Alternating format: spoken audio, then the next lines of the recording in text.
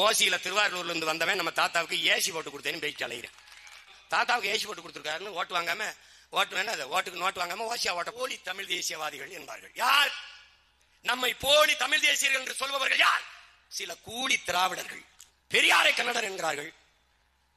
அண்ணல் அம்பேத்கரை நாளை மராட்டியர் என்பார்கள். அண்ணல் அம்பேத்கரை நாய் பேயின் நாய்களா நாட்டாளும் போது மானமும் வீரம் கொண்ட புலி ஆளாதாடா. வீர பெரும்பாட்டங்கள் தீரன் சின்னமலைக்கு எல்லா சாதியும் போய் மாலை விடுமா. எவனாவது மனச்சான்றுள்ள தமிழன் சொல்றான். டேய், ஒரு தமிழன் சொல்றான். அடித்த அடியில் கீழடி திராவிட நாகரிகம் இந்திய நாகரிகம் எல்லாம் சொல்ல முடியாது. கீழடி தமிழரின் தாய்மடி. இப்ப நம்முடைய மதிப்பிற்குரிய அண்ணன் சத்யராஜ் அவர்கள் தேசியம்தான், தமிழ் தேசியம் என்றால் சாதி ஒழிப்பு தான், அவரே பேசினது இருக்கு.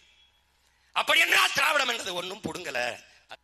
சாக்கடையை அள்ளி அப்புறப்படுத்தி தூய்மைப்படுத்தாமல் சாக்கடை நாற்றத்தை ஒழிக்க முடியும் என்று பேசுவது எப்படிப்பட்டதோ, அப்படி சமூகத்தில் சாதியை இருக்க வைத்துக் கொண்டு சாதியை சான்றிதழில் இருந்து எடுத்துவிட்டால் ஒளிந்துவிடும் என்று பேசுவது அப்படித்தான். இதை நம்முடைய பாட்டனார் பதிவு வைக்கிற இதே கருத்தை புரட்சியாளர் அம்பேத்கர் சாதியை ஏற்றதாழ்வுகளை வைத்துக் கொண்டு சமூக மேம்பாடு சமூக முன்னேற்றம் என்று பேசுவது என்பது சாக்கட குழியின் மேலே போடுகிற சந்தன பந்தலுக்கு சமமானது, மலக்குழியின் மேலே போடுகிற மல்லிகை பந்தலுக்கு சமமானது என்று சாடுகிறார். உயர்ந்தவன் தாழ்ந்தவன் ஏழை பணக்காரன் பிற்படுத்தப்பட்டவன் ஒடுக்கப்பட்டவன் மேல் சாதி கீழ் சாதி என்ற ஏற்றதாழ்வுகளை வைத்துக் கொண்டு சமமான சமத்துவம் என்பது எப்படி சாத்தியமாகும்? சமத்துவம் என்பது அல்ல, சம பங்கு என்பதுதான் சரியானது என்பதுதான் பாட்டனார் அயோத்திதாசரின் கோட்பாடு. அதையேதான் புரட்சியாளர் அம்பேத்கர் சொல்கிறார். நாங்கள் சாதிவாரி பிரதிநிதித்துவத்தை கேட்பது, பங்கீடு கேட்பது என்பது சாதிக்காக அல்ல, சாதியை வளர்ப்பதற்காக அல்ல, சாதியை ஒழிப்பதற்காக என்ற கருத்தில் ஆனால் அம்பேத்கருக்கு முன்பு உறுதியாக நின்றவன் நம்முடைய பாட்டனார் அயோத்திதாச பண்டிதர் அவர்கள். அதைத்தான் பின்னால் அண்ணல் அம்பேத்கர் சொல்லுகிறார். சமத்துவம் என்பது சாத்தியப்படாது. எப்படி சாத்தியப்படும்? ஏழை பணக்காரன், உயர்ந்த சாதி தாழ்ந்த சாதி, இவன் கல்வி கற்க வாய்ப்பு இவன் கல்வி கற்க மறுப்பு, இப்படி சமூக ஏற்றதாழ்வுகளை வைத்துக் கொண்டு சமத்துவம் என்பது எப்படி சாத்தியமாகும்? அதனால் சமத்துவம் என்பது ஏற்புடையது அல்ல, சம பங்கு என்பதுதான் ஏற்புடையது என்ற கருத்தை இருவரும் மேதைகளும் வைத்தார்கள். புரட்சியாளர் அம்பேத்கருக்கு முன்பு, அறிவாசான அம்பேத்கருக்கு முன்பு இந்த கோட்பாட்டை இந்த நிலத்தில் கொண்டவன் தமிழ் பெரும்பாட்டன் அயோத்திதாச பண்டிதர் என்பதில் தமிழ் மக்கள் தமிழ் பிள்ளைகள் எங்களுக்கு பெருமிதமும் திமிரும். அவன் ஆகச் சிறந்த கல்வியாளன், உலகத்தின் தலை சிறந்த கல்வியாளன். நம் பாட்டன் அனுபவ அறிவை பெற்ற அறிஞர். கோட்பாடு ஒன்றுதான். அதே நிலையில் தான் இன்றும் நாம் நின்று கொண்டிருக்கிறோம். எல்லாருக்கும் எல்லாம், எல்லாருக்கும் எல்லாம் எப்படி? எல்லாருக்கும் எல்லாம் எப்படி? பல ஆயிரம் ஆண்டுகளாக கல்வி மறுக்கப்பட்ட நானும், பல ஆயிரம் ஆண்டுகளாக கல்வி கற்றுக்கப்பட்ட கல்வி பெற்றுக்கொள்ள வாய்ப்பு இருந்த அவனும், அவனுடைய சந்ததியும் எங்களுடைய சந்ததியும் இந்த தலைமுறையில் படிக்க தொடங்கிய நாங்கள் இரண்டு பேரும் பொதுத்திறன் போட்டியிலே அரசு வேலை வாய்ப்புகளிலே ஒன்றாக நிற்க வேண்டும் என்றால் இது எப்படிப்பட்ட சமூக நீதி? இப்படித்தான் இருக்க வேண்டும் என்று பேசுபவர்கள் மனநோயாளிகளை தவிர வேறு யாராக இருக்க முடியும் என்று பாட்டனார் அயோத்திதாசர் கேட்கிறார். எனக்கு இடுப்புக்கு கீழே காலால் நடக்க முடியாது. அவர் தினந்தோறும் உடற்பயிற்சி கூடத்திற்கு போய் உடலை உறுதி செய்து கொள்கிறார். இரண்டு பேரும் ஒரே கோட்டில் ஓடி வெற்றி கோட்டை தொட வேண்டும் என்றால் இது எப்படிப்பட்ட சமத்துவம்? இது எப்படிப்பட்ட சமூக நீதி? எப்படிப்பட்ட சமூக நீதி? இன்று வரை கல்வி முறை எப்படி இருக்கிறது? சிற்றூர்களில் படிக்கிற பிள்ளைகள் நாங்கள் சிமிலி விளக்கிலே படிக்கிறோம். தனி பயிற்சி வகுப்பு வைத்துக் கொள்ள ஆசிரியர்களுக்கு வசதி இல்லை. எங்கள் பள்ளிகளில் கழிவறை இல்லை, கரும்பலகை இல்லை, குளிரூட்டி இல்லை, விளையாட்டு திடல் இல்லை, எண்ணற்ற வசதிகள் குறைவு. ஆனால் என் கையிலும் நகர்ப்புறத்தில் படிக்கிற மாணவனின் கையிலும் இருக்கிற பாட புத்தகம் ஒன்று. அவன் தனித்திறன் பயிற்சி எடுத்துக் கொள்கிறான். சிறப்பு வகுப்புகள் நடக்கிறது. முதல் தர ஆசிரியரை நகர்ப்புறத்தில் பணியமர்த்துகிறார்கள். அறிவார்ந்த தமிழ் சமூக மக்களே, என்னிலும் இளைய என் தம்பி தங்கைகளே, முதல் தர ஆசிரியர்கள், ஏ கிரேட் ஆசிரியர்கள் நகர்ப்புறங்களில், பி கிரேட் சி கிரேட் இரண்டாம் தர மூன்றாம் தர ஆசிரியர் பெருமக்கள் சிற்றூர்களில். இங்கே கல்வி கற்றுகிற மாணவர்கள் வேலை வாய்ப்பில் பொதுத்திறன் போட்டியில் ஒன்றாக நிற்க வேண்டும் என்றால் எப்படிப்பட்ட சமூக நீதி என்பதை அறிவார்ந்த மக்கள் நீங்களே சிந்தித்து பாருங்கள். இதை தகர்க்க வேண்டும். எல்லோருக்கும் சரியான சமமான தரமான கல்வி, மருத்துவம், வேலை வாய்ப்பு எல்லாம். வகுப்பாரி பிரதிநிதித்துவம் ஏன் வந்தது? எந்த சாதியின் அடிப்படையிலே என்னை இழிவுபடுத்தி இவன் பள்ளிக்கூடத்திற்கு வரக்கூடாது, படிக்கக்கூடாது, இந்த தெருவிலே நடக்கக்கூடாது, இந்த கோயிலுக்குள் நுழையக்கூடாது, குளத்திலே குளிக்கக்கூடாது என்று ஒதுக்கி புறந்தள்ளி வைத்தாயோ? கல்வி, வேலை வாய்ப்பு, அரசியல் அதிகாரத்தில் வாய்ப்பு நிராகரிக்கப்பட்டதோ? அதே சாதியின் அடிப்படையில் இவையெல்லாம் கிடைக்கப் பெற செய்கிற வாய்ப்புதான் வகுப்பு வாரி பிரதிநிதித்துவம் என்பதை அறிவார்ந்த தமிழ் சமூக தம்பிதங்கைகள் ஒளிந்து புரிந்து கொள்ள வேண்டும். சாதி வேண்டாம் என்கிறார்கள், சாதி வாரி இடஒதுக்கீடு வேண்டும் என்கிறார்கள், வகுப்பாரி பிரதிநிதித்துவம் இடப்பங்கீடு வேண்டும் என்கிறார்கள்.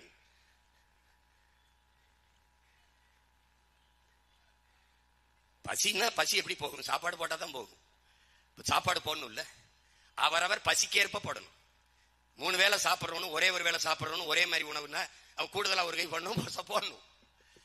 அப்படிதான், அதுதான் சமூக நீதி.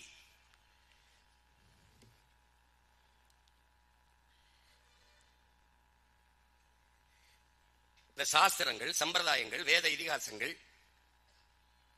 இதெல்லாம் எதுக்கு வந்தது? வேதங்கள் எல்லாம் எதற்கு வந்தது? மானுட சமூகத்தை சீர் செய்து நெறிப்படுத்தி ஒழுங்கமைப்பதற்கு கொண்டு வந்தது இந்த வேதங்கள், இந்த புராணங்கள், இந்த இதிகாசங்கள் என்று நம்பப்படுகிறது. ஆனால் இந்த வேதத்தை, இந்த இதிகாசங்களை, இந்த புராணங்களை ஒரு குறிப்பிட்ட சமூகம்தான் படிக்க முடியும், ஓத முடியும் என்கிற நிலை இருக்குமானால் இது எப்படிப்பட்ட அநீதி, எப்படிப்பட்ட ஒடுக்குமுறை! இந்த குறிப்பிட்ட சமூகத்தை, இந்த சாதி வகுப்பினரை தவிர யாரும் அதை தொட்டு படிக்கக்கூடாது, ஓதக்கூடாது என்ற நிலை இருந்தால், இது இறைவனால் ஓதப்பட்ட வேதம் என்று சொல்லப்படுவது நம்பப்படுமானால், தன்னுடைய படைப்பிலே உருவாக்கப்பட்ட மானுடர்களில், பிள்ளைகளில் ஒருவன் உயர்ந்தவன், தாழ்ந்தவன் என்ற பாகுபாட்டை சாஸ்திரம் சொல்லுகிறது, மனுஸ்மிருதி சொல்லுகிறது. அந்த மனுஸ்மிருதியை உருவாக்கியவன் இறைவன், கடவுள் என்றால் அந்த கடவுள் உண்மையிலேயே கடவுளா? அவனுக்கு கருணை என்ற ஒன்று இருக்கிறதா? இதை நம்புங்கள். இந்த வேத இதிகாசங்கள், இந்த மனுஸ்மிருதி, இந்த புராண இதிகாசங்கள் இதையெல்லாம் என்ன சொல்லுவதை அப்படியே கடைப்பிடிங்கள் என்று சொல்பவன் கருணை என்பதற்கும் அவனுக்கும் ஏதாவது தொடர்பு இருக்கிறதா? இதை எப்படி ஏற்க முடியும் என்கிறார் நம்முடைய பாட்டனார் அயோத்திதாச பண்டிதர். இதே கருத்தை தான் பின்னாளில் வந்த ஐயா ஈவே ராமசாமி அவர்களும் இதே கருத்தை தான் பின்னாடி எடுத்து வைத்தார். அப்ப இந்த நிலத்தில் பகுத்தறிவு, முற்போக்கு, கடவுள் மறுப்பு, இறை மறுப்பு, இதற்கெல்லாம் ஆதி சிந்தனையாளன் நம்முடைய பாட்டனார் அயோத்திதாச பண்டிதர் என்பதை அறிவார்ந்த பெருமக்கள், என் அன்பு தம்பி தங்கைகள் புரிந்து கொள்ள வேண்டும்.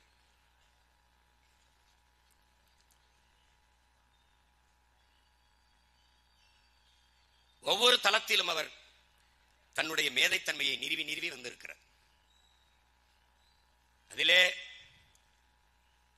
மருத்துவத்துறையில் மாபெரும் மேதையாக இருக்கிறார். இங்கே காணொலியில் காட்டியது கூட நம்முடைய தாத்தா தமிழ் தென்றல் திருவிக்கா அவர்கள் அவருடைய குறிப்புகளில் குறித்து வைத்திருக்கிறார். அவருக்கே அவர் சிகிச்சை அளித்திருக்கிறார். இங்கே ராயப்பேட்டையில் அயோத்தியாச பண்டிதர் என்ற ஒரு சித்த மருத்துவர் இருந்தார். அவரிடத்திலே வருகிற மக்களுக்கு அவர் சித்த மருத்துவத்தின் மூலமாக குணப்படுத்தி சாதித்து காட்டினார், சிறந்த மருத்துவராக விளங்கினார் என்ற குறிப்பில் குறித்து வைத்திருக்கிறார். ஒற்றை தலைவலி என்று வந்தால் அவர்களை முன்னே இருக்க வைத்து வளைந்த ஒரு கம்பியால் அவர் கழுத்தை தடவி தடவி கொடுக்கிறார், நோய் குணமாகி விடுகிறது. பிறகு பாம்பு கடித்தோ தேல் கொட்டிய வந்தால் அவர்களை முன்னாடி உட்கார வைத்து விட்டு இவர் தலையை அப்படியே தலையை சொரிந்து கொண்டு சிரிக்கிறார். முன்னாடி இருப்பவர்கள் கத்தி கதறி அழுது கொண்டவர்கள் வலியை மறந்துவிட்டு அவர்களும் சிரிக்கிறார்கள். ஒரு புதுவிதமான சிகிச்சை முறையில் நோயை குணப்படுத்திக் கொண்டிருக்கிறார். பல்வேறு நோய்வாய்ப்பட்டு வந்த மக்களை முன்னாடி இருத்தி வைத்து அவர்களே கூர்ந்து நோக்குகிறார், உற்று நோக்குகிறார். அவர்கள் சிறுக சிறுக அந்த நோயிலிருந்து விடுபட்டு குணமாகி செல்கிறார்கள். இதைத்தான் நோக்கு வருமம் என்று எல்லோரும் சொல்கிறார். இப்ப இருக்கிறவர் குறிப்பிடுகிறார். ஆகச்சிறந்த சித்த மருத்துவராக நம்முடைய பாட்டனார் அயோத்தியாச பண்டிதர் திகழ்ந்திருக்கிறார். ஒவ்வொரு துறையிலும் தன்னுடைய அளப்பரிய அறிவாற்றலை இந்த தமிழ் சமூகத்திற்கு பயன்படுத்தியிருக்கிறார். இதிலே மிகவும் மிகவும் தமிழ் சமூக மக்கள், தமிழ் பேரினத்தில் மக்கள் பெருமையோடும் திமிரோடும் சொல்லிக் கொள்ள வேண்டியது, பைபிள் கிறிஸ்தவ பெருமக்களுக்கு, குரான் இஸ்லாமிய பெருமக்களுக்கு, பகவத்கீதை இந்து சமூக பெருமக்களுக்கு, இந்து மத பெருமக்களுக்கு, இப்படி குறிப்பிட்ட சமயம் சார்ந்து புனித நூல்கள், வேத நூல்கள், நன்னறி போற்றுகிற நூல்கள், எக்காலத்தும் எச்சமயத்திற்கும் எந்நாட்டிற்கும் ஏற்புடைய ஒரு வாழ்வியல் நன்னறி உண்டென்றால் அது திருவள்ளுவ நாயனார் தந்தருளிய திருக்குறளான் என்று எங்களுடைய தாத்தா தெய்வ திருமகன் முத்துராமலிங்க தேவர் போற்றிய திருக்குறள் உலகத்தின் பொதுமறை. எந்த நாடு, எந்த மொழி, எந்த மதம், எல்லோருக்கும் ஏற்ற வாழ்வியல் நெறியை தந்த ஒருவன் நம்முடைய மூதாதை வள்ளுவ பெருமகனார். உலகம் போற்றி கொண்டாடியது ஆல்பர்ட் சுவிசர். இது போன்ற வாழ்வியல் நன்னறியை என் வாழ்நாளிலே படித்ததில்லைங்கிறான். அவன் 3 துறைகளில் முனைவர் பட்டம் பெற்று நோபல் பரிசு வென்றவன். மருத்துவம், பொருளியல், இப்படி பல்வேறு துறைகளில் பட்டம் பெற்றவன். அவன் பிரான்ஸ் சிறையிலே சிறைவிட்டு கிடக்கும் போது நண்பர்களிடத்திலே வாங்கி தர சொன்னான். ஒரு புத்தகம் ஏதாவது வாங்குவான். அவன் வாங்கி கொடுத்த நூல் உலகத்திலே அப்படிப்பட்ட அறநெறியை போதித்த நூல் இல்லை. அந்த நூல் நம்முடைய மூதாதை தந்தருளிய திருக்குறள்.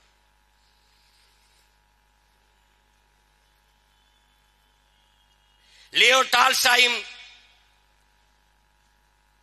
நம்முடைய அண்ணல் காந்தியடிகளும் நண்பர்கள். இருவரும் கடித பரிமாற்றம் கொண்டவர்கள். அடிக்கடி கடிதம் எழுதிக் கொள்கிற போது டால்ஸ்டாயிடம் இருந்து அண்ணல் காந்தியடிகளுக்கு வந்த கடிதத்திலே அன்பு, பரிவு, இரக்கம், கருணை இந்த வார்த்தைகள் மிகுந்து காணப்படுகிறது. கடிதங்களில் ஆங்காங்கே எழுத்துக்கள் நனைந்து இருக்கிறது, நனைந்து கசிந்து இருக்கிறது. காந்தி கேட்கிறார், இப்போதெல்லாம் டால்ஸ்டாய் உங்கள் கடிதங்களிலே அன்பு, பரிவு, கருணை, இரக்கம் இந்த சொற்கள் பரவி கிடக்கிறது. உங்கள் எழுத்துக்கள் ஆங்காங்கே கண்ணீர் துளிகளால் விழுந்து இப்படி ஈரத்தில் நனைந்து கசிந்து இருக்குதே, காரணம் என்ன என்று கேட்டபோது, அது ஒண்ணுமில்லை காந்தி, நான் திருக்குறள் என்ற ஒரு நூலை படித்தேன். அதிலிருந்து இந்த தாக்கம் எனக்குள் வந்துவிட்டது. நான் எழுதும் போது அதை நினைத்து எழுதும் போது என்னை ஏறியாமல் என் கண்களில் இருந்து நீர் கசிந்து இந்த கடிதத்தில் விழுந்து எழுத்துக்கள் நனைந்து விட்டது, மன்னித்துக் கொள்ளுங்கள் என்று. அப்படி என்ன நூல்? டால்ஸ்டாய் வியந்து டால்ஸ்டாய்க்குள்ளே இவ்வளவு பெரிய தாக்கத்தை ஏற்படுத்திய நூல் என்ன என்று கேட்டார். திருக்குறள். அது எங்கே கிடைக்கிறது? உன்னாட்டில் தான், தமிழ்நாட்டில், தென்னாட்டில் திருவள்ளுவன் எழுதிய நூல். காந்தி உடனே தெரிவித்து படிக்கிறார், நெகிழ்ந்து போகிறார். அவர் சொல்லுகிறார், இன்னொரு பிறப்பு என்று எனக்கு வருமானால் நான் தமிழனாக பிறக்க வேண்டும். அதற்கு காரணம் வள்ளுவர் எழுதிய அவன் தாய் மொழியிலேயே ஒரு முறை இந்த திருக்குறளை நான் படிக்க வேண்டும், அதுதான் என்னுடைய விருப்பம். அதற்காக மறுபிறப்பில் நான் தமிழனாக பிறக்க வேண்டும் என்று விருப்பத்தை பதிவு செய்கிறேன். அப்படி உலக பொதுமறை நம்முடைய இறை திருமான் 2 அடியில் உலகத்தை அளந்தான். நம்முடைய மூதாதை வள்ளுவ பெருமகனார் 1.25 அடியில் உலகத்தை அளந்தவன். அவன் பாடாத தத்துவங்கள், கோட்பாடுகள் இல்லை. நபிகள் நாயகம் ஸல்லல்லாஹு அலைஹி வஸல்லம் அவர்கள் தன் வாழ்க்கையை மானுட வழிகாட்டியாக நெறியாக வாழ்ந்து காட்டி போனார்கள். இறைமகன் இயேசுபிரான் வாழ்க்கையை அப்படியே வாழ்வியல் நெறியாக வாழ்ந்து காட்டி போனார்கள். அங்கங்கே மானுட குலத்திற்கு நற்செய்திகளை விதைத்து விட்டு போனார்கள். புத்தபிரான் அதை போலவேதான் புத்தபிரானும். ஆனால் என் அன்பு சொந்தங்களே, என் அருமை இளவல்களே, உலகத்தில் ஒரு மகன் அமர்ந்து இருந்து உட்கார்ந்து சிந்தித்து சிந்தித்து மானுட குலத்தின் உயர்விற்கு மேம்பாட்டிற்கு நன்னறியை தந்திருக்கான் என்றால் அது உலகத்திலே வள்ளுவ பெருமகனார் ஒருவன் தான். ஒவ்வொன்றுக்கும் 10 செய்யுள், ஒவ்வொன்றுக்கும் 10 குறள், 10 குறள். உழுதுண்டு வாழ்வாரை வாழ்வார், மற்றெல்லாம் தொழுதுண்டு பின் செல்பவர். அதோட நிறுத்தியிருக்கலாம். இல்லை, சுழன்று மேற்பின்னது உலகம், அதனால் உழந்தும் உளறி தலை. உழுவார் உலகிற்காணி அக்தாற்றாது எழுவாரை எல்லாம் பொறுத்து. இருந்தோம்பி இல்வாழ்வதெல்லாம் விருந்தோம்பி வேளாண்மை செய்தல் பொருட்டு. உழுவார் உலகிற்காணி அக்தாற்றாது எழுவாரை எல்லாம் பொறுத்து. இப்படி ஒவ்வொன்றுக்கும் திரும்ப திரும்ப திரும்ப உழவினார் கைமடங்கின் இல்லை, விளைவதும் விட்டேம் என்பார்க்கும் நிலை. திரும்ப திரும்ப வலியுறுத்தி வலியுறுத்தி அழுத்தி அழுத்தி திருத்தி திருத்தி பாடி படிப்பித்தவன் உலகத்திலே ஒரே ஒரு மகான் நம்முடைய மூதாதை வள்ளுவ பெருமகனார் மட்டும்தான். அறிவார்ந்த என் அன்பு சொந்தங்களே, என் அருமை தம்பிதங்கைகளே, அந்த திருக்குறளை தமிழ் கூறும் நல்லுலகிற்கு தந்தவன் நம்முடைய அயோத்திதாச பண்டிதனின் பரம்பரை என்பதை அறிவார்ந்த தமிழ் சமூக மக்கள் மறக்க கூடாது, மறுக்க முடியாது. நம்முடைய பாட்டனாருடைய மூதாதை அவருடைய பாட்டனார் கந்தப்பனார் சார்ஜ் ஆரிங்டன் இடத்திலே மொழிபெயர்ப்பாளராக பணியாற்றுகிறார். வெள்ளைக்காரன் காலத்திலே கல்வி உரிமை பெற்றிருக்கிறார்கள். வந்தவன் போனவன்லாம் நான் தான் உன்னை படிக்க வச்சேன், குடிக்க வச்சு நாட்டை நாசமாக்கினவெல்லாம் படிக்க வச்சேன்னு பீத்திட்டு அலைஞ்சுக்கிட்டு இருக்கான். ஓசியில திருவாரூர்ல இருந்து வந்தவன் நம்ம தாத்தாவுக்கு ஏசி போட்டு கொடுத்தேன்னு போயிட்டு அலைகிறேன். கால கொடுமை. இந்த மானங்கட்ட கூட்டம் கேட்டு இன்னும் டாஸ்மார்க்ல சரக்கு போட்டு மல்லாந்து படுத்து கிடக்குது. இப்ப என்ன செய்யும்? தாத்தாவுக்கு ஏசி போட்டு கொடுத்துருக்காருன்னு ஓட்டு வாங்காம, ஓட்டு வேணா அதை ஓட்டுக்கு நோட்டு வாங்காம ஓசியா ஓட்ட போட்டு போகும். சார்ஜ் ஆரிங்டனிடம் வேலை பார்த்துக் கொண்டிருந்த நம்முடைய பாட்டனாருடைய பாட்டன் கந்தப்பனார் அவர்கள் அந்த நேரத்திலே சென்னை ஆளுநராக இருக்கிற எல்லிஸ் 1825 அந்த காலகட்டங்களிலே தமிழ் இலக்கியங்களை ஓலைச்சுவடியில் இருந்து அச்சிலேற்றிக் கொண்டிருக்கிறார் என்கிற செய்தியை அறிந்து சார்ஜ் ஆரிங்டன் இடத்திலே, இன்னைக்கு எல்லிஸ் சாலை ஆரிங்டன் சாலை எல்லாம் இருக்கிறது. நீங்கள் இதனாலதான் இவர்களாவது தமிழுக்கு தொண்டாற்றினார்கள். ஒரு இளவும் செய்யாதவன் பேரெல்லாம் சில எல்லாம் தெருவில் இருக்குது. இருக்கட்டும் இருக்கட்டும். அவரிடத்திலே சொல்லி தன்னிடத்திலே இருந்த ஓலைச்சுவடிகளை கொண்டு போய் சார்ஜ் ஆரிங்டன் இடத்திலே கொடுத்து, இது எங்கள் மூதாதைகளின் சொத்து, எங்கள் பாரம்பரை சொத்து, அதை நான் பாதுகாத்து வைத்திருந்தேன், இதை உங்கள் நண்பர் எல்லிஸிடம் கொடுத்து கொஞ்சம் அச்சில் ஏற்ற சொல்லுங்கள் என்று கொடுக்கிறார். கொடுத்த நூல் திருக்குறளின் மூலம், திருவள்ளுவர் மாலை, நாலடி 400 என்ற 3 நூல்களை கொண்ட ஓலை சுவடிகளை கொடுக்கிறார். 18ஆம் நூற்றாண்டிலே. என்னரும் தம்பிதங்கையிலே அதை ஹாரிங்டன் போய் எல்லிஸ்ட கொடுக்க, எல்லிஸுக்கு ஏற்கனவே இருந்த தமிழ் பற்றின் காரணமாக அதை பார்க்கிறார். இந்த நூலி அச்சிலேற்ற வேண்டியனுடைய தன்மையை, அதனுடைய தேவையை உணர்ந்து கொண்ட அவர் தன்னிடத்திலே பணியாற்றி கொண்டிருந்த தமிழ் புலவர் தாண்டவராயன் முதலியாரிடத்திலும் தன்னுடைய மேலாளர் முத்துச்சாமி பிள்ளையிடத்திலும் கொடுத்து இதில் அச்சில் ஏற்றுங்கள் என்று கொடுக்கிறார். அங்கேயும் 2 தமிழர்கள் இருந்து நம்முடைய தாத்தாக்கள் பாட்டன்கள் உழைத்து இதை அச்சிலேற்றி 1831 தமிழ் கூறும் நல்லுலகிற்கு தருகிறார்கள்.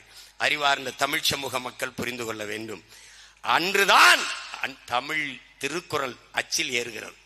நம்முடைய தாத்தா மறைமலை அடிகள் அவர்கள் தனித்தமிழ் அடிகளார் சொல்கிறார், 70 ஆண்டுகளுக்கு முன்பு வரை தமிழன் எவனும் திருக்குறளை படிக்கவே இல்லடன். வருத்தத்தோடு சொல்லுகிறார், தமிழனுக்கான வேதம் தமிழன் பின்பற்றி இருக்க வேண்டிய தத்துவம் திருக்குறளா தாண்டா இருந்திருக்கணும். அதை செய்யல, தவற விட்டான். எதையோ படித்தான். என தன்னிடத்தில் இருப்பதை விட அடுத்தவனிடத்தில் இருப்பது உயர்ந்தது என்ற சிந்தனை கொண்ட இனத்தின் மக்கள் உலக பெரும் தத்துவ கோட்பாட்டை வாசிக்கல, நேசிக்கல. அதற்கப்புறம் அச்சில் கிடைத்து இன்று நம்ம படிச்சுக்கிட்டு இன்னைக்கு எல்லாரும் பொழிப்புரை, விளக்க உரை எல்லாம் எழுதி கொண்டு, உங்களுக்கு புரியுதுன்னு நினைக்கிறேன். அவ்வளவு பெரிய திருக்குறள் இன்று இருக்கிறது என்றால்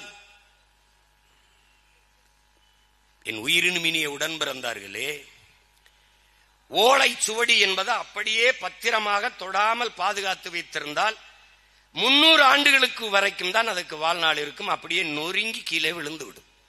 தொட்டால் அப்படி மாவுமாமா போயிடும். நம்முடைய மூதாதை வள்ளுவ பெருமகனார் என்றைக்கு அதை எழுதியிருக்க முடியும்? என்றைக்கு எழுதியிருப்பார்? ஒரு கணிப்பு தான், 2000 ஆண்டுகள் என்ற ஒரு கணிப்பு. யாரும் வள்ளுவனுடைய தாய்க்கு பிரசவம் பார்த்தவன் யாரும் இங்கு இல்லை. வள்ளுவர் எழுதும் போது பக்கத்தில் இருந்து பார்த்தவன் எவனும் இங்கு இல்லை. ஆனால் 2000 ஆண்டுகள் என்று வைத்துக் கொண்டாலும் ஒவ்வொரு 300 ஆண்டுக்கும் ஒரு முறை அந்த ஓலைச்சுவடியை அழிந்து விடாமல் எடுத்து எடுத்து எடுத்து திருப்பி மறுபடி பதித்து நம் கைக்கு கிடைக்க செய்திருக்கிற ஒவ்வொருவனும் நம்முடைய போற்றுதற்கும் வணக்கத்திற்கும் உரிய முன்னோர்கள் என்பதை 1330 குறட்பா என்று உங்களால் நம்ப முடிகிறதா? ஏன் 5000 இருந்திருக்கலாம்.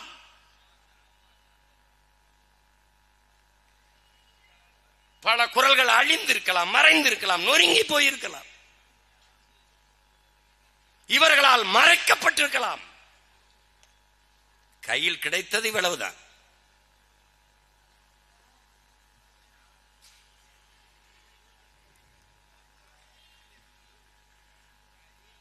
அப்படிப்பட்ட மகத்தான பெரும்பணியை செய்த சமூகத்தின் பிள்ளைகள் அயோத்தியாச பண்டிதரனுடைய குடும்பம், அதனுடைய பிள்ளைகள், நாம் அவருடைய வாரிசுகள் என்கிற பெருமிதமும் திமிரும் நமக்கு இருக்கு.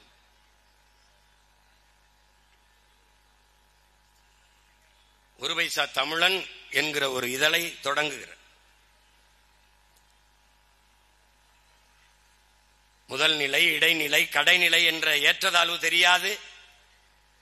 நீதி, நேர்மை, சரியான பாதை இவற்றை காட்ட வேண்டும் மக்களுக்கு என்பதற்காக நான் ஒரு பைசா தமிழன் என்ற இதழை தொடங்கினேன். பாட்டனார் சொன்னதுதான். அது என்ன சொல்றார்? தமிழ் மனம் பரவ வேண்டும் என்று எண்ணுகிற தமிழர்கள் எல்லோரும் இதில் கையெழுத்திட்டு ஆதரவு தர வேண்டும் என்று அந்த இதழை தொடங்குகிறார். ஒரு பைசா தமிழன், அதாவது பின்னாடி தமிழன் என்று நீண்ட நாள் அந்த இதழ் தொடர்ந்து நடந்து வந்து, அப்படிப்பட்ட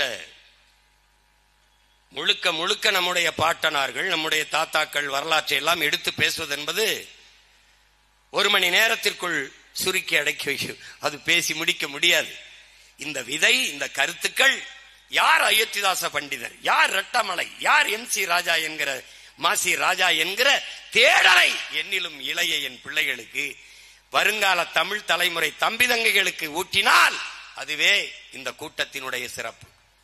தேடுங்கள், தேடுங்கள், நம் முன்னவர்களை தேடுங்கள், அறிவை தேடி ஓடுங்கள், நாளைய வரலாறு உங்கள் நிழலை தேடி ஓடி வரும் என்கிறார் அறிவாசான் அண்ணல் அம்பேத்கர். அப்படி அறிவை தேடி ஓடுங்கள், என்னிலும் இளைய என் தம்பி தங்கைகளே ஓடுங்கள். நம்முடைய தாத்தா ரெட்டமலை சீனிவாசனார் அவர்கள்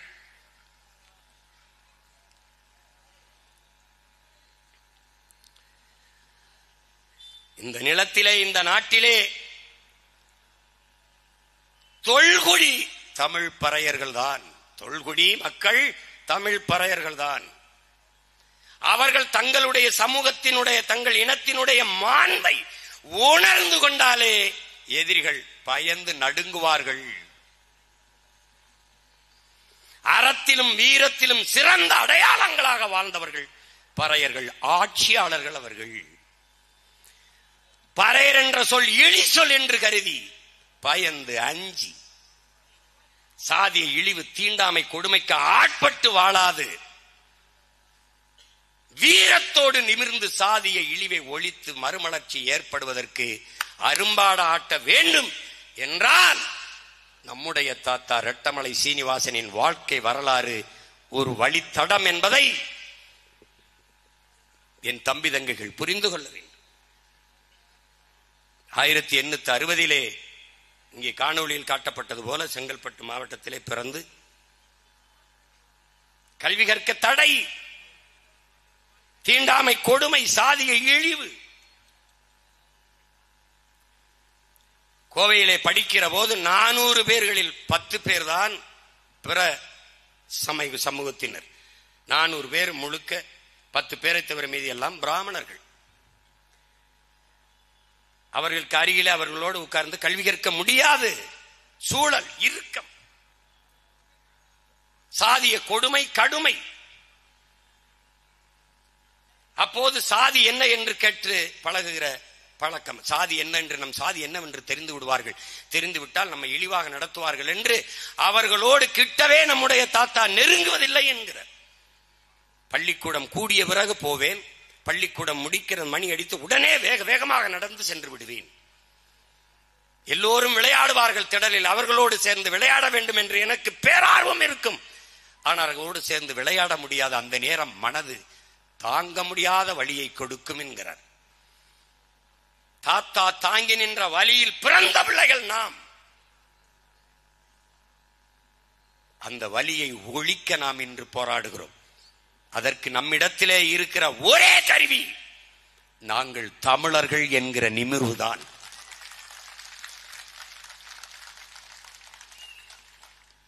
ஆயிரத்தி 1893 நான் திருப்பி இங்கே வந்து இந்த சாதிய இழிவை எப்படி துடைப்பது, இந்த தீண்டாமை கொடுமையை எப்படி உழைப்பது என்று கருதி நான் நாடெங்கிலும் பயணம் செய்தேன். தொடர்வண்டியிலே நடந்து பல்வேறு வழிகளில் பயணம் செய்து வந்தேன். குடிக்க குளிக்க நீரற்று, படுக்க இருக்க குடிசையற்று, நடக்க பாதையற்று, உழைக்க வாய்ப்பற்று, பிழைக்க வழியற்று நின்ற மக்கள், சாதிய இழிவு தீண்டாமை கொடுமையில் சிக்குண்டு வாடி வதங்கி நின்ற சமூக மக்கள், ஆதி தமிழ் மக்கள், பறையர் சமூக மக்கள்.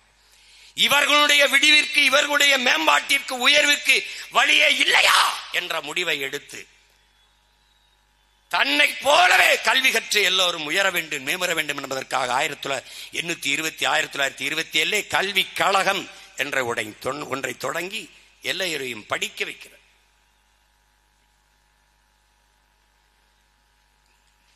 தம்பி குறிப்பிட்டது போல, துரைமுருகன் குறிப்பிட்டது போல, அம்பேத்கருக்கு முன்பே நம்முடைய தாத்தா எல்லாம் கல்வி அறிவு பெற்றுட்டார். அவருக்கு வட்டமேசை, அனைத்து கட்சி மாநாடு வட்டமேசைக்கு கூப்பிடுகிற போது அண்ணல் அம்பேத்கரும் அவரும் சமமாக 2 பேரும் இந்தியாவிலிருந்து தாழ்த்தப்பட்ட மக்களின் பிரதிநிதியாக சென்ற 2 பேர். ஒருவர் அறிவாசான அண்ணல் அம்பேத்கர், இன்னொருடைய நம்ம அருமை தாத்தா ரெட்டமலை சீனிவாசனார்.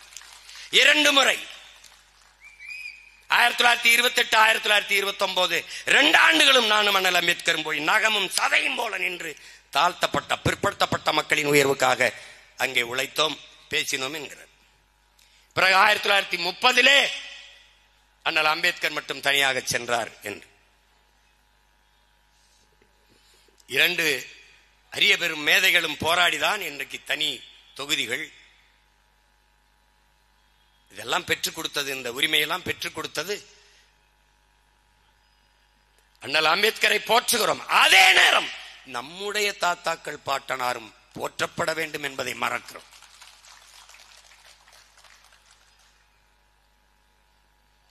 பறையன் என்பது இழி சொல் அல்ல, அது எழுச்சி சொல் என்று காட்டுவதற்காகவே பறையன் என்ற இதழை நடத்தினேன்.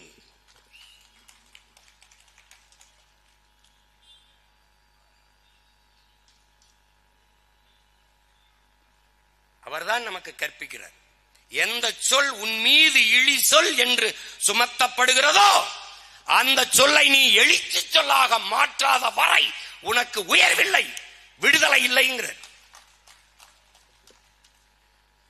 இந்த வர்ணாசிரம தர்ம கோட்பாடு, பிறப்பின் அடிப்படையில பேதம் கற்பிக்கிற இந்த கோட்பாடு, இதற்கு மாற்றாக ஒரு கோட்பாட்டை நீ உருவாக்கி கொள்ள வேண்டும்.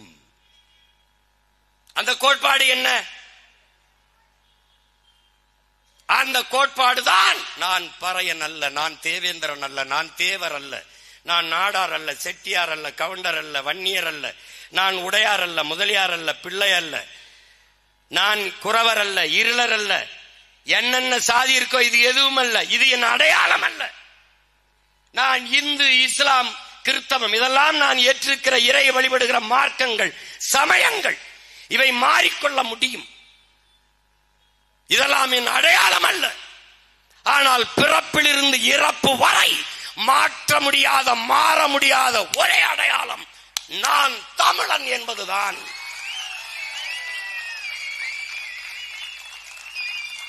நம்முடைய மதிப்பிற்குரிய அண்ணன் சத்யராஜ் அவர்கள் ஒரு விழாவிலே, ஒரு நிகழ்விலே பேசுகிறார். தமிழ் தேசியம் என்பதே சாதி ஒழிப்பு தான் ஒத்துக்கொண்டார். சாதி ஒழிப்பு தான் தமிழ் தேசியம், தமிழ் தேசியம் தான், தமிழ் தேசியம் என்றால் சாதி ஒழிப்பு தான். அவரே பேசினது இருக்கு. அப்படி என்றால் திராவிடம் என்றது ஒன்னும் புடுங்கல, அதே ஒன்னும் ஒழிக்கல. திராவிடம் என்பதே ஒன்னும் புடுங்க. அப்ப திராவிடம் என்னது என்ன பண்ணுது? அது எண்ணெயை ஊத்தி நல்லா எரிய விடும். மேல்மாவுக்குள்ள இந்த நூற்றாண்டுல இவ்வளவு அறிஞர் பெருமக்கள், இவ்வளவு பெரிய ஞானிகள், இவ்வளவு பெரிய தலைவர்கள் உழைத்த நாட்டுல இன்னும் இந்த மேல்பாதி மங்கலத்துல கோயிலுக்குள்ள நுழையும் இல்ல.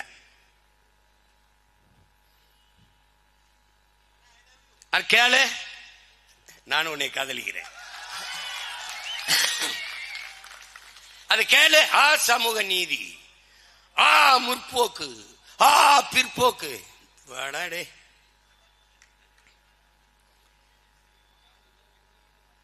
அந்த மாற்று கோட்பாடுதான், வேற வழி கிடையாது. இங்க வழியே கிடையாது. இன்னரும் தம்பி தங்கையிலே உங்களிடத்தில் கேட்கிறேன், பறையருக்கு கட்சி இருக்குது, நாடாருக்கு கட்சி இருக்குது, கோணாருக்கு கட்சி இருக்குது, உடையாருக்கு கட்சி இருக்குது, தேவருக்கு கட்சி இருக்குது, தேவேந்தருக்கு கட்சி இருக்குது, கவுண்டருக்கு கட்சி இருக்குது, வன்னியருக்கு கட்சி இருக்குது, முதலியாருக்கு கட்சி இருக்குது, பிள்ளைக்கு கட்சி இருக்குது. கட்சி இல்லாத சாதி இல்ல, சாதி இல்ல கட்சி, எல்லா கட்சிக்கும் இருக்குது, மதத்துக்கு இருக்குது. ஆனால் நீ பிறந்த பெருமை மிக்க தமிழன் என்கிற இனத்திற்கு ஒரு கட்சி இருக்கா? ஒரு அரசியல் இருக்கா? ஒரு ஆள் இருக்கானா? இருக்கானா சொல்லு, இருக்கானா? நம்முடைய மூதாதைகள் அயோத்தியாச பண்டிதர் ரெட்டமலை சீனிவாசன், MC ராஜா என்கிற மாசி ராஜா என்ற முன்னோர்களை போற்றுவதற்கு இந்த கட்சியில், இந்த நாட்டில் இருக்கிற அரசியல் கட்சியில் ஏதாவது செய்யுமா? வீர பெரும்பாட்டன்கள் தீரன் சின்னமலைக்கு எல்லா சாதியும் போய் மாலை போடுமா? எவனாவது மனச்சான்றுள்ள தமிழன் சொல்றான்? டேய், ஒரு தமிழன் சொல்றான்? சொல்றா. வெள்ளைக்காரனை வாளும் வேலும் வைத்து விரக்கடித்த மறவன் பூலித்தேவனுக்கு எல்லா சாதிக்காரனும் போடுவானாடா? போடுவானா? போட்டிருக்கானா? தமிழ் பேரினத்தின் பெருமை மிக பெண்ணின் குறியீடுறா. மாதர்குலம் போற்றி போற்றி போற்றி வணங்க வேண்டிய பெருமாட்டிடா நம்முடைய வீர பெருமாட்டி வேலு நாச்சியார் அவர்கள். ஆண் மன்னர்கள் எல்லாம் தோற்றாண்டா நம் இனத்தின் வரலாற்றிலே. பூலித்தேவன், மருதுபாண்டி, அழகு முத்துக்கோன், தீரன் சின்னமலை, நம் பாட்டனெல்லாம் போரிட்டு மாண்டார்கள். ஆனால் களத்திலே போரிட்டு வென்ற ஒரே மரத்தி நம் பாட்டி வேலுநாச்சியார் மட்டும்தான்டா. இந்திய போராட்ட வரலாற்றிலே, இந்த பெருநிலத்திலே, துணை கண்டத்திலே ஒரே ஒரு பெண்மகள் தான்டா. எல்லாரும் தோற்றாண்டா. அவளுக்கு எல்லாரும் மாலை போட்டு பாத்திருக்கியாடா? அவளுக்கு சிவகங்கை அரண்மனைக்கிட்ட மரப்பாச்சி தண்டி பொம்மை இருக்கு, அதை வேற எங்கேயாவது சில பாத்திருக்கியா? பூலித்தேவனுக்கு நெற்கட்டும் சேவலை விட வேற எங்கேயாட பாத்திருக்கியாடா? நீ பாத்திருக்கியா? வேற யாருக்கு சொல்லு? பெருந்தலைவர் காமராஜன் தாத்தனுக்கு எல்லாரும் மாலை போடுவாங்கடா. தெய்வ திருமகன் தாத்தா முத்துராமலிங்க நாட்டின் விடுதலைக்கு 9 ஆண்டுகள் சிறையில் இருந்த நம் தாத்தனுங்களுக்கு போடுவானடா. செக்கை இழுத்த மரம் ஒருத்தருக்கண்டா நம்ம பாட்டேன். பணக்காரன்டா, பிறப்பால் பணக்காரன், சொத்தம்பட்டையும் வித்து நாட்டு விடுதலைக்கு செலவு பண்ண நம்முடைய பாட்டன் வாவு சிதம்பரனாருக்கு எல்லா சாதிக்காரன மாலை போட்டு வணங்கி பாத்திருக்கியாடா? பாத்திருக்கியா? பாத்திருக்கியா? நீ பாத்திருக்கியா? போவியா? ஆனால் அம்பேத்கர் வச்சுக்க, அறிவாசன் எல்லாரும் மாலை போட்டு வணங்கி பாத்திருக்கியா? நம்முடைய பாட்டனார் தாத்தாக்கள் எல்லாரும் மாலை போட்டு வணங்கி பார்த்திருக்கியா? பாத்திருக்கியா? நீ பெரும்பிடுகு முத்தரையன் நமக்கு ஒரு பாட்டன் இருக்காடா, சுவரன் மாறன் நம்முடைய பாட்டன், எல்லாரும் மாலை போட்டு வணங்கி பார்த்திருக்கியாடா? இல்லடா. அதான்டா இங்க இருக்கிற அரசியல். பெரும்பிடுகா முத்தரையில 2 பேரை போய் மாலை போட விடுவான்டா. தீரன் சின்னமலையா கவுண்டர்ல 2 பேர் போடு. முத்துராமலிங்க தவிர இங்க அந்த மருது வண்டியா அது கண்டுக்கிறது இல்ல. வேலுநாச்சியாரா சுத்தமா இல்ல. காமராஜரா நாடார்ல 4 பேர் போவான்டா, அதுவும் போனா போவான் இல்ல. இது யாருடைய வேலை? திராவிடன். ஆனால் போற்றுதற்கும் வணக்கத்திற்கும் உடைய நம் இன முன்னோர்கள் எல்லாரையும் மாலையிட்டு வணங்குகிற ஒரே மகன் நான் ஒருத்தன் தான்டா இந்த நாட்டில் இருக்கு.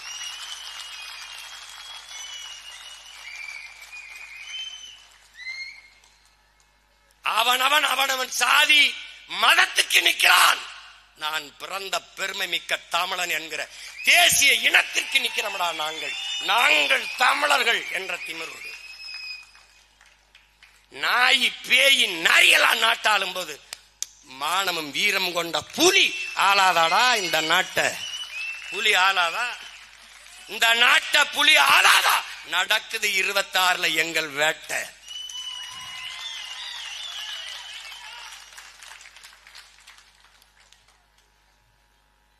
நீ காசு வாங்காம போடு ஓட்ட.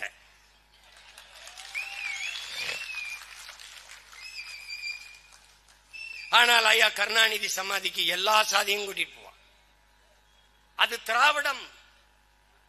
ஒவ்வொரு சாதியும் பிரிந்து பிரிந்து தம் இன முன்னோருக்கு வணக்கம் செலுத்தும் தமிழ் தேசியம். இதான் இது. இப்ப ஒருத்தன் எல்லாரையும் ஒரே மாலையில் ஒரே நாரில் இத்தனை மலர்களையும் கோர்க்கிறான் என்பதில் அவனுக்கு பிரச்சனை இருக்குடா. ஆனால் அம்பேத்கர் சொல்லுகிறார், இந்த நிலப்பரப்பிலே துணைக்கண்டத்திலே பெரும் எண்ணிக்கையில் இருக்கிற மக்கள் தாழ்த்தப்பட்ட பிற்படுத்தப்பட்ட மக்கள் தான். 80 விழுக்காட்டுக்கு மேலான மக்கள் தாழ்த்தப்பட்ட பிற்படுத்தப்பட்ட மக்கள் தான்.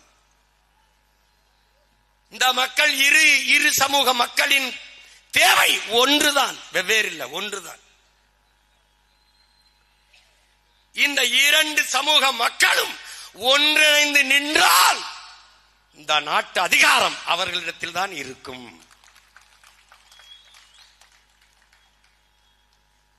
ஆனால் இவர்கள் நிற்பதில்லை. அதுதான் கெடுவாய்ப்பு. தாழ்த்தப்பட்ட மக்களிடத்திலே தாழ்த்தப்பட்ட மக்களோடு ஒடுக்கப்பட்ட பிற்படுத்தப்பட்ட மக்கள் இணைந்து நின்றால் தாழ்த்தப்பட்ட மக்களின் சமூக நிலை, அவர்களுக்கு ஏற்பட்ட தாழ்நிலை தன் சாதி சமூகத்துக்கும் வந்து விடுமோ என்று அஞ்சி இவர்கள் இணைய மறுக்கிறார்கள். நான் சொல்லல, அறிவாசான அம்பேத்கர். எல்லாம் கவனிச்சுக்கணும். ஆனால் நீங்கள் செய்ய வேண்டியது என்ன சொல்றாரு? யாருக்கு சொல்றாரு? எனக்கிட்ட, உங்ககிட்ட, நம்ம முன்னாடி உட்கார்ந்து ஒவ்வொருத்தரும் என்ன சொல்றாரு? நீங்கள் செய்ய வேண்டியது, வயது வந்த எல்லோருக்கும் வாக்குரிமை வந்துவிட்ட பிறகு, இந்த நாட்டை ஆள்கிற அதிகாரம் அதற்கான வாய்ப்பு அவர்களுக்கு வந்துவிட்ட பிறகு, ஆள்கிற உரிமை அவர்களுக்கு வந்துவிட்ட பிறகு ஒன்றிணைய தயக்கம் ஏன்? நீங்கள் செய்ய வேண்டியது பிற்படுத்தப்பட்ட தாழ்த்தப்பட்ட மக்களை ஒன்றிணைக்க வேண்டியதுதான் என்கிறார். அதைத்தான் உங்கள் பிள்ளைகள் செய்து கொண்டிருக்கிறோம்.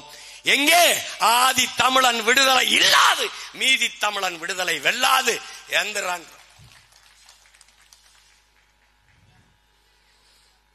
இது மேம்போக்காக கட்டிடத்தின் அடித்தளத்தை வலுவாக கட்டாமல் மேற்கூரையை எவ்வளவு அழகாக வேய்ந்தும் எவ்வளவு அழகாக கட்டியும் பயனில்லை என் உடன் பிறந்தார்களே.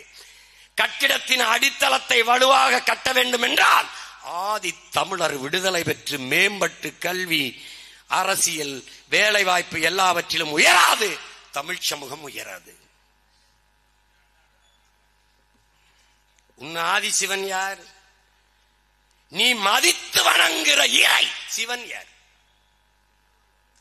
சிவன் யார்? சிவனை மதித்து வணங்குகிறாய், அவன் பரம்பரையை மிதித்து ஒதுக்குகிறாய். இதுதான் இங்க நடந்த கொடுமை.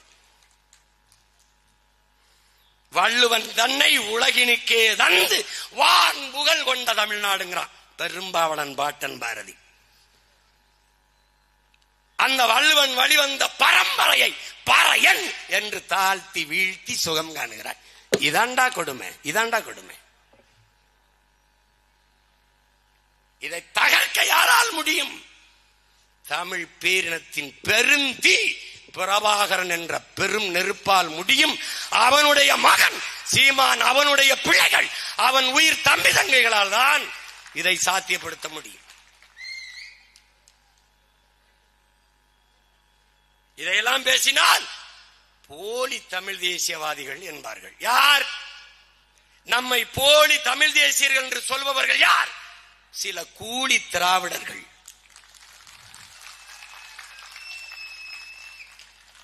போலி தமிழ் தேசியர், கூலி திராவிடர்கள் கூவி திரிகிறார்கள். என்னால் இந்த சமூகத்தில் இருக்கிற இந்த சாதிய தீண்டாமை, இழிவு, கொடுமை, ஏற்றதாழ்வு, ஏழ்மை, வறுமை, இந்த நோயை ஒழிக்க முடிந்ததோ இல்லையோ, என்னால் பல நோயாளிகள் உருவாகி போனார்கள். தினமும் புலம்பிக் கொண்டிருக்கிறார்கள். பல பேர் மனநோயாளியாக மாறிவிட்டதை பார்த்து எதுக்குடா இந்த வேலையை செய்தோம் என்று வருந்துகிற நிலைமைக்கு எதுக்கெடுத்தாலும் ஜீமா ஜீமா ஜீமா. பாடும் பொருள் பரம்பொருள் சிவன் அல்ல, பாடும் பொருள் இந்த பாமரன் சீமானாக இருக்கிறேன் என்பதுதான் பெரிய பெரிய வேடிக்கை.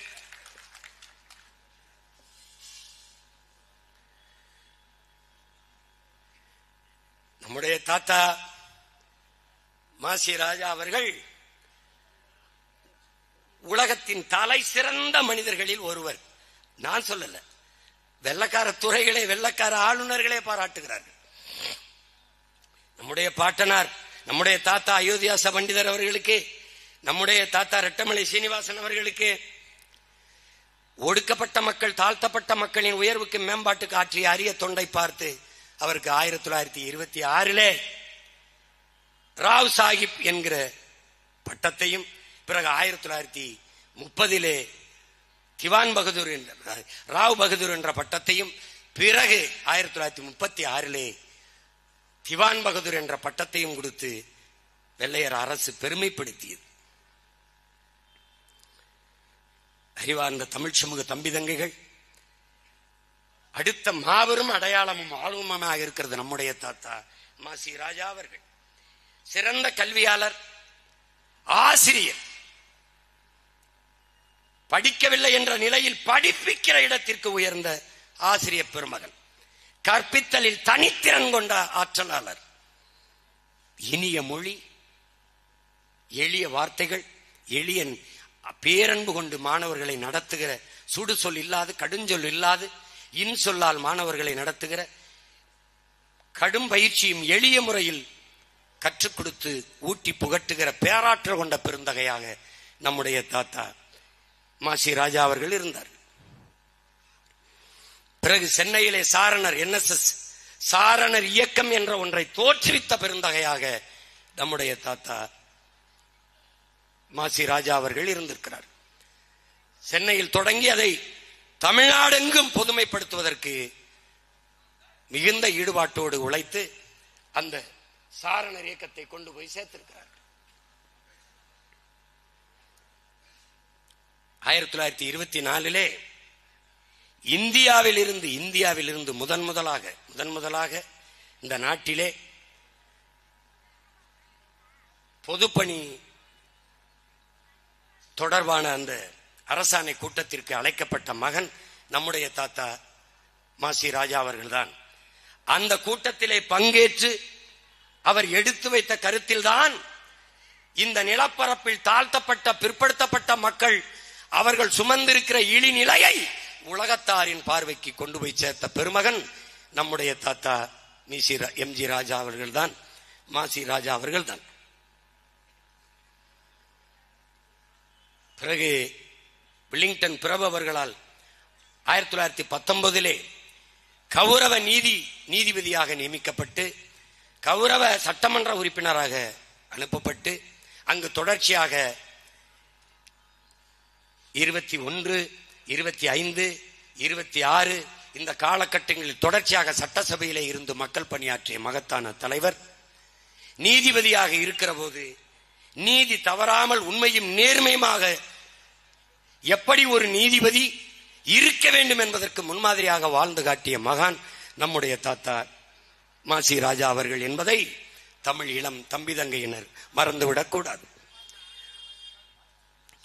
ஒரு குறிப்பிட்ட நேரத்திற்குள் இந்த 3 பெரும் ஆளுமைகளை எடுத்து வச்சு பேசி முடிப்பது என்பது மிகப்பெரிய சவால். பாட்டனார் அயோத்திதாசரே ஒரு மேடை கொடுத்திருக்க வேண்டும். தாத்தா ரெட்டமலை சீனிவாசனுக்கு 1 மணி நேரம் கொடுத்திருக்க வேண்டும் குறைந்தது. தாத்தா மாசி ராஜா அவர்களுக்கு கொடுத்திருக்க வேண்டும். 3 பேரையும் சேர்த்து பேச என்று என்னுடைய திறமைக்கு ஒரு சவால் போல விட்டீர்கள். நேரம் வேறு போய்கொண்டிருக்கிறது. ஆனாலும் என் அன்பு பிள்ளைகள், நம்முடைய தாத்தாக்கள் பாட்டனார்களை தேடி தேடி நீங்கள் படித்து அறிய வேண்டும். வரலாற்றில் தெளிவு பெறாத எந்த இனமும் எழுச்சி பெறாது. வரலாற்றை படிக்க முடியாதவன் வரலாற்றை படைக்க முடியாது. நாம் நம்மின வரலாற்றை படைத்தால் தான் நமக்கான வரலாற்றை படைக்க முடியும்.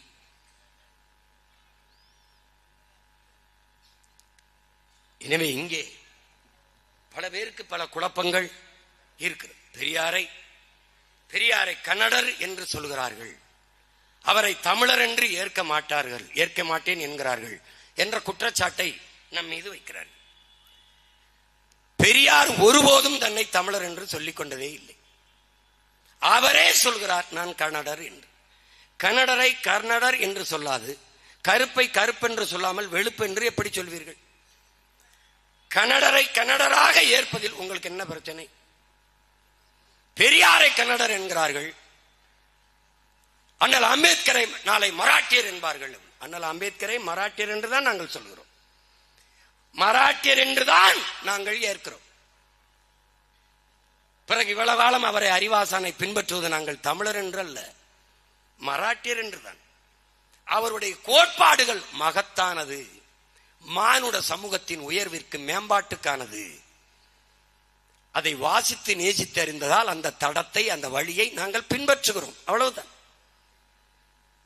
விண்ணூர்தியில் பறக்கிறோம். தமிழன் கண்டுபிடித்தான் என்றல்ல, வெள்ளைக்காரன் கண்டுபிடித்தான். ஆல்பர் ரைட் வில்பர் ரைட் 2 பேரும் கண்டுபிடித்தார்கள் என்பது தெரிந்துதான் பறக்கிறோம். ஊசி போடுகிறோம். தமிழர்கள் கண்டுபிடித்தார்கள் என்றல்ல, வெள்ளைக்காரர்கள் கண்டுபிடித்தார்கள் என்றுதான். ஆனால் போட்டால் பிழைக்க முடியுது, வழி போகுது, நோய் தீருது, போடுறோம். உலகெங்கும் சரியானதை ஏற்கிறோம், தவறானதை தவிர்க்கிறோம். மாமேதை மார்க்ஸ் அவர்களை ஜெர்மானியர் என்றுதான் ஏற்கிறோம். அவன் முன்வைத்த கோட்பாடு உலகெங்கும் வாழ்கிற மானுட சமூகத்திற்கு பொதுவானது, ஏற்கிறோம். அப்படித்தான் எங்கள் மோதாதை தந்திரெளிய மறைமொழி வள்ளுவமும் குறளும் உலகெங்கும் ஏற்கப்பட்டிருப்பது. அப்படித்தான்.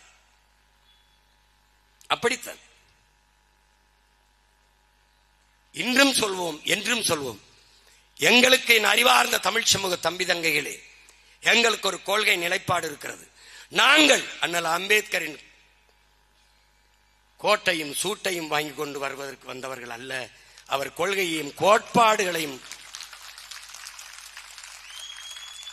கோட்டும் சூட்டும் மட்டுமல்ல, அவருடைய கொள்கையும் கோட்பாடுகளும் எங்களுக்கு அவசியம். அதிலே அறிவாசான் அண்ணல் அம்பேத்கரை எங்களின் முன்னத்தி ஏறாக வழித்தடமாக வழிகாட்டியாக ஏற்கிறோம், அறிவு ஆசானாக ஏற்கிறோம். ஆனால் எங்களின் தலைவர்களாக எங்கள் பாட்டனார் அயோத்திதாசர், ரெட்டமலை சீனிவாசன், மாசி ராஜா அவர்களை ஏற்கிறோம். மார்க்ஸை எங்களுடைய அறிவாசானாக வழித்தடமாக வழிகாட்டியாக ஏற்கிறோம். சாக்ரட்டிஸை அப்படித்தான் ஏற்கிறோம். பிளாட்டோவை, அரிஸ்டாட்டிலை அப்படித்தான் ஏற்கிறோம். இங்கர்சால் ஏங்கல்ஸை அப்படித்தான் ஏற்கிறோம். ஹோசிமினை அப்படித்தானே இருக்கிறோம், மாசே துங்கை அப்படித்தானே இருக்கிறோம், பிடல் காஸ்ட்ரோவை, சேகுவேராவை அப்படித்தானே இருக்கிறோம், பகத்சிங்கை அப்படித்தானே இருக்கிறோம், சுபாஷ் சந்திர போஸை அப்படித்தானே இருக்கிறோம், மார்க்சிய கோட்பாட்டை ஏற்கிறோம்.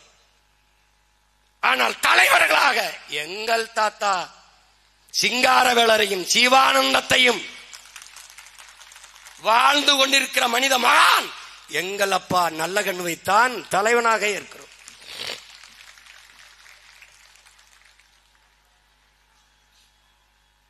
சுபாஷ் சந்திர போஸை மான தமிழ் மக்கள், வீரத்தமிழ் பிள்ளைகள் வழிகாட்டியாக, முன்னத்தியராக ஏற்கிறோம். பகத்சிங்கை அப்படித்தான் ஏற்கிறோம். ஆனால் தலைவனாக எங்கள் உயிர் தலைவன் மேதகுவே பிரபாகரன் அவர்களைத்தான் ஏற்கிறோம். எங்கெங்கு மானுட சமூகம் தாழ்த்தப்பட்டு, வீழ்த்தப்பட்டு, உரிமை இழந்து, மொழி, இனம், நிறம் இப்படியா வீழ்த்தப்பட்டு, அடிமைப்படுத்தப்பட்டு கிடக்கிறதோ அதன் உயர்விற்கு, விடுதலைக்கு, மேம்பாட்டிற்கு அரும்பாடாற்றிய, புரட்சி செய்த, போராடிய, எழுதிய, பேசிய, சிறைப்பட்ட, செத்த எல்லோரும் எங்களுடைய முன்னோர்கள், முன்னத்தியர்கள், வழிகாட்டிகள். காரணம், எங்களுக்கு ஒரு கோட்பாடு. தகப்பன் என்பவன் என்னை பெத்தவனாக இருக்க வேண்டும், தலைவன் என்பவன் என் ரத்தவனாக இருக்க வேண்டும். என் மொழி புரியாதவன் எனக்கு இறைவனாக இருக்க முடியாது, என் வழி உணராதவன் எனக்கு தலைவனாக இருக்க முடியாது. இது எங்கள் கோட்பாடு.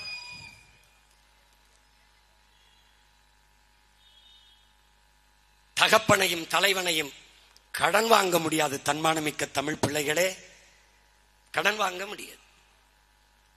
அதிலும் இங்க பெரிய ஒரு இது இருக்குது. மார்க்ஸ், அண்ணல் அம்பேத்கர், நடுவால் ஐயா ஈவே ராமசாமி. நடுவால இந்த ஒப்பீடு எப்படிப்பட்டது? அண்ணல் அம்பேத்கரோட, மாமேதை மார்க்ஸோட ஐயா பெரியார் அவர்களை, ஐயா ஈவே ராமசாமி அவர்களை எப்படி ஒப்பிடுகிறீர்கள்? ஒருவன் 2000 ஆண்டுகளில் இப்படி ஒருவன் தோன்றியதே இல்லை, இப்படி ஒரு சிந்தனையாளன் தோன்றியதில்லை, இனி தோன்றப் போவதும் இல்லை என்று தோன்றியவன் மார்க்ஸ். இழப்பதற்கு ஒன்றுமில்லை, அடைவதற்கு ஒரு பொன்னுலகம் இருக்கிறது என்று முழக்கத்தை முன்வைத்து உழைக்கும் மக்களை ஒன்று திரட்டினார்.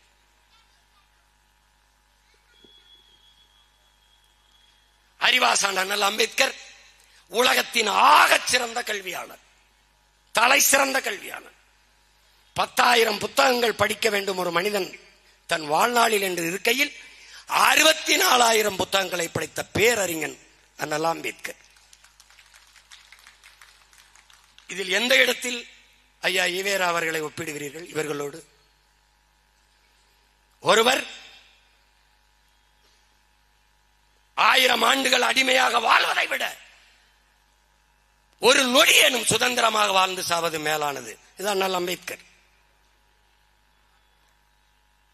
நம்முடைய தாத்தா ஈழத்துக்காந்தி தந்தை செல்வா வந்து உதவி கேட்கிற போது, ஆதரவு கேட்கும் போது, ஐயா ஈவேரா அவர்கள் நானே ஒரு அடிமை, இன்னொரு அடிமைக்கு எப்படி உதவுவது என்று சொல்கிறார்.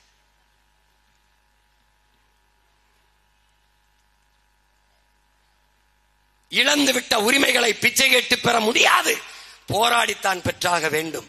இது உலக பொதுமைக்கு புரட்சியாளர் அம்பேத்கர் வைத்த கோட்பாடு.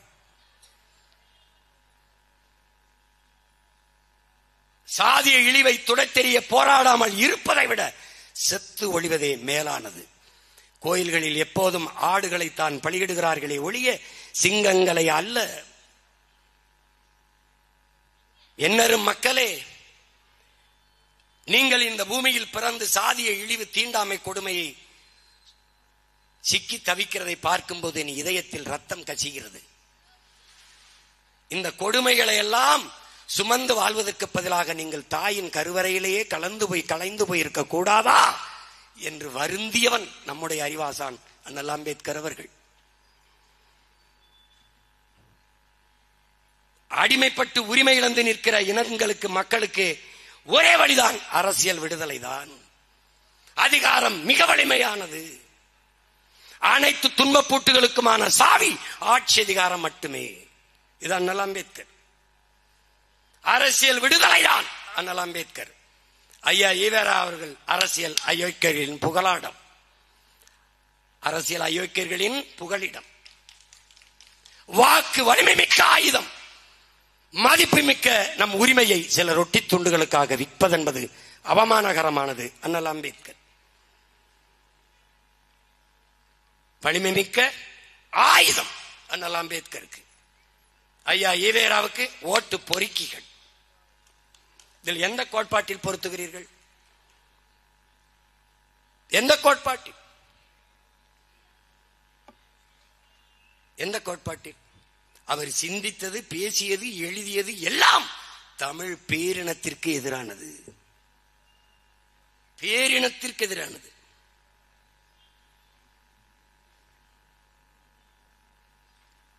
இது எந்த இடத்தில் பொருத்துகிறீர்கள்?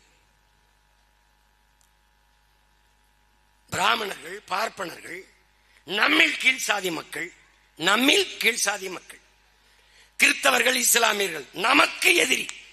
இந்த நமக்கு யார்? இந்த நமக்குல யாரா இருக்கிறார்? பிராமணர் எதிரி. நம்மில் கீழான மக்கள், உங்களில் கீழான மக்கள் யார் யார்? இஸ்லாமியன், கிறிஸ்தவன் எதிரி. நமக்கு, அந்த நமக்குல யாரா இருக்கீங்க? இதுக்கு யார்கிட்ட பதில் இருக்கு? நான் யாருக்கும் அடிமை இல்லை, எனக்கும் யாரும் அடிமை இல்லை. அண்ணல் அம்பேத்கர் இந்த கோட்பாட்டில் எங்கே பொருந்தது? எங்கே பொருந்தது?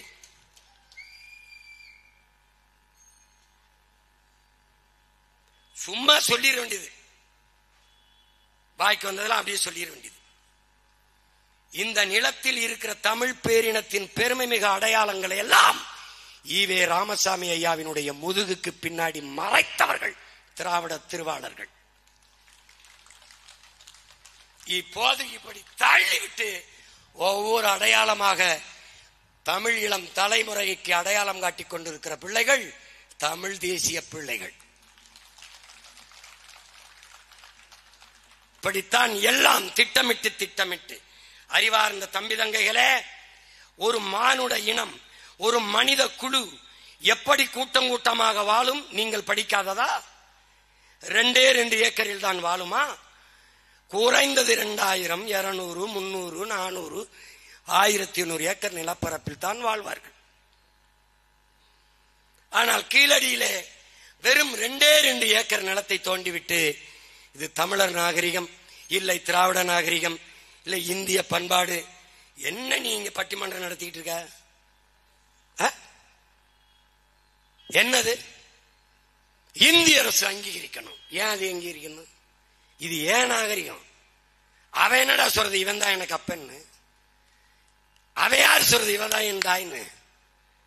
எனக்கு தெரியாத பெத்த தாய் தந்தர் எனக்கு தெரியாதடா. அவன் அங்கீகரிக்கணுமா? எப்படி?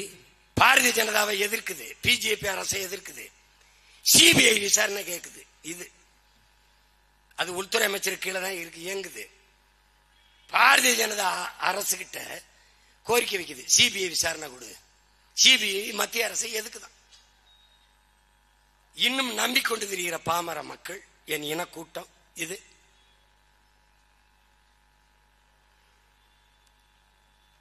ஏன் மொத்த இடத்தையும் தோண்டினால் தமிழனுடைய தொன்மம் அடையாளங்கள் தெரிந்துவிடும். மறைக்கணும். அடித்த அடியில் கீழடி திராவிட நாகரிகம், இந்திய நாகரிகம் எல்லாம் சொல்ல முடியாது. கீழடி தமிழரின் தாய்மடி இப்பதான் கிடைக்குது. ஏன்? விழுந்த அடி அப்படி.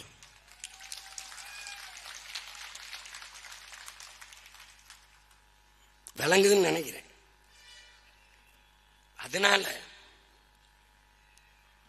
துணிந்து நிமிர்ந்து தமிழ் தேசிய இன பிள்ளைகள் எழணும்.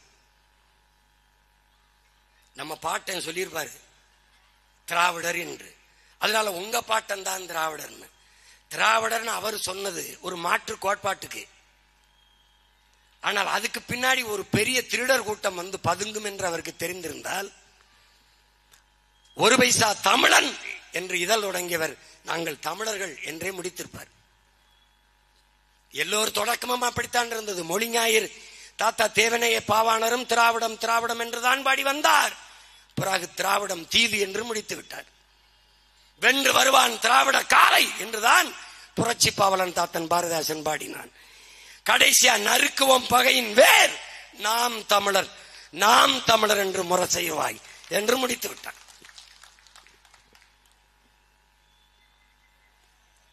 அப்படித்தான் இன்று தமிழ் பெரும் ஆளுமைகள், முன்னவர்கள், போற்றுவதற்கும் வணக்கத்திற்கும் உரிய பெருந்தகைகள், நம் இனம் சிறக்க பெருமைப்பட வாழ பிறந்து மறைந்த பெருமக்கள், பாட்டனார் அயோத்திதாசர், தாத்தா ரெட்டமலை, தாத்தா மாசி ராஜா போன்ற பெருமக்களை நாம் புகழ்ந்து கொண்டிருப்பது நம்முடைய பிறவி கடமை. இது வாக்குக்காக என்று நினைத்தால் அவர்கள் எனக்கு போட வேண்டாம். எதிர்கால தமிழ் பிள்ளைகளின் வாழ்க்கைக்காக என்று நினைத்தால் இந்த பிள்ளைகளை ஆதரியுங்கள். ஓட்டுக்காக இதை பேசுகிறார்கள் என்று நினைத்தால் உங்கள் ஓட்டு எனக்கு தீட்டு போட்டு விடாதீர்கள். இந்த நாட்டுக்காக இந்த பிள்ளைகள் பேசுகிறார்கள் என்று நினைத்தால் உங்கள் பிள்ளைகளை எங்களுக்கு உங்கள் ஓட்டை அளித்து நாட்டை கையெழுயுங்கள். எங்கள் முன்னவர்கள், எங்கள் பாட்டனார், எங்கள் தாத்தா அயோத்திதாசர், எங்கள் தாத்தா ரெட்டமலை, மாசி ராஜா போன்ற முன்னவர்கள் கண்ட கனவை இந்த மண்ணிலே நிறைவேற்றி மகத்தான மாண்புமிக்க மேன்மை பெற்ற, உரிமை பெற்ற, விடுதலை பெற்ற கல்வி, வேலை வாய்ப்பு, பொருளாதாரம், அரசியல் அதிகாரத்தில் மேம்பட்ட ஒரு தமிழ் சமூகத்தை படைப்போம் என்கிற உறுதியை எங்கள் தாத்தாவின் புகழ் போற்றுகிற இந்நாளில் தமிழ் பிள்ளைகள் ஏற்போம். நம்முடைய பாட்டனார் அயோத்திதாசர், நம்முடைய தாத்தா ரெட்டமலை சீனிவாசனார், நம்முடைய தாத்தா மாசி ராஜா ஆகியோருக்கு என்னுடைய பெருமை மிக்க புகழ் வணக்கத்தை செலுத்துகிறேன். உங்கள் அனைவருக்கும் என்னுடைய அன்பும் வணக்கமும். தமிழ்தாய் வாழ்க, தலைவர் பிரபாகரன் வாழ்க, நாம் தமிழர்.